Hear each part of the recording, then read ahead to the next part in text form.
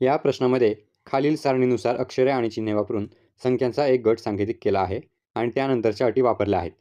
खाली काही संख्या दिल्या आहेत आणि त्यासाठी काही संकेत दिले आहेत. खाली 3 अटी दिल्या आहेत. आपल्याला त्यांनी दिलेल्या या संख्या समूहासाठी एक कोड जनरेट करायचा आहे.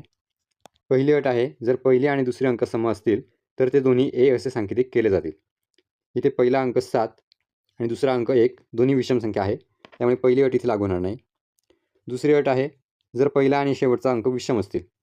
पहिला अंक 7 विषम संख्या आहे, शेवटचा अंक 8 ही समसंख्या आहे, त्यामुळे दुसरी अट देखील इथे लागू होणार नाही.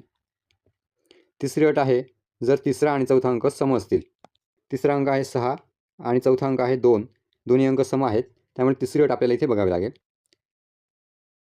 जर तिसरा आणि चौथा अंक सम असतील तर त्यांचे संकेत आपापसात बदलले जातील. खालील प्रश्नासाठी सांकेतिक अक्षरांचे योग्य संयोजन कोणते आहे?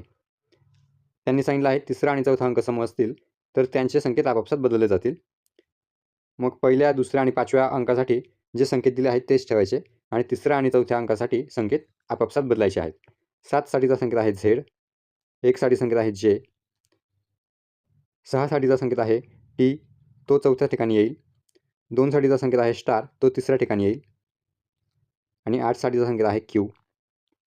झेड जे star T Q option number 2 हे योग्य उत्तर आहे.